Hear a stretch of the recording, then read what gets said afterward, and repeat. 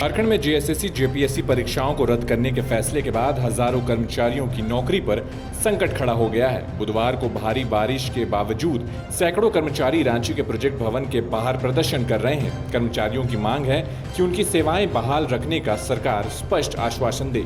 आखिर क्या है इन कर्मचारियों का दर्द, सुनिए सफल अभ्यर्थी से। सरकार ने हमें हटा दिया है। सबसे पहले तो मेरा सवाल सरकार से ये है कि who gives you the authority.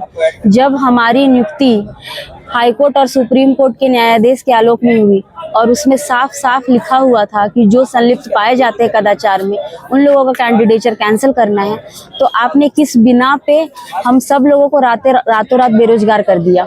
आपके पास वो पावर है ही नहीं। आपने इस तरह का आर्बिट्री डिसीजन नहीं ले सकते हैं। आप एक्ट बनाए हुए हैं, आपके एक्ट में लिखा हुआ है कोई कदाचार करता है उसको ये सजा होनी चाहिए। अगर मैं भी कदाचार की मुझे भी वो सजा दो। तुम निकालो तो, तुम जांच तो करो, तुम सच्चाई तो पता लगाओ। सच्चाई से सब डरते क्यों हैं? हमारे देश का पूरा यही हालत है। कोई एग्जाम उठा के देख लीजिए, और झारखंड का तो सबसे बुरा हालत है। पिछले 26 सालों में क्या स्थिति है यहाँ की।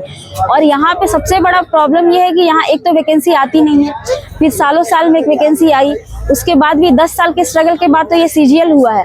और 2 लाख लोग 3 लाख लोग अगर एग्जाम में अपेयर हुए, यूपीएससी में भी 10 लाख लोग फॉर्म भरते हैं, तो क्या 10 लाख का सिलेक्शन हो जाता है? सिलेक्शन तो 1000 का ही होता है। यहाँ 2000 सीट थे तो 2000 ही इसमें आए हैं लोग। उसमें से जो गलत है, मैं सबको क्लीन चिट नहीं दे सकती, मैं अपना कैरेक्टर सर्टिफिकेट दे सकती हूँ, सबको नहीं दे सकती।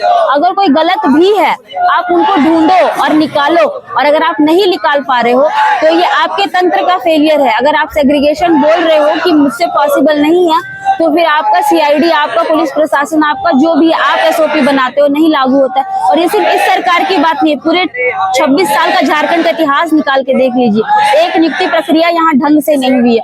तो हम झारखंड के लोग कहाँ जाए? जिंदगी भर हम कर्नाटक, कश्मीर, कहीं कहीं उत्तराखंड में जाके काम करें और वहाँ किसी नहर में, किसी टनल में जाके फंस के मर जाए?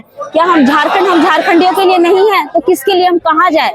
और मैं तो न्यायालय से मैं न्याय की गुहार लगाती हूँ कि आपने जिस दिन न्यूज आया कि सीजीएल कैंसिल किया जाता है, आपने सो मोटो कॉग्निजेंस क्यों नहीं लिया? आपके आश्वासन पे मैं यहाँ आई थी।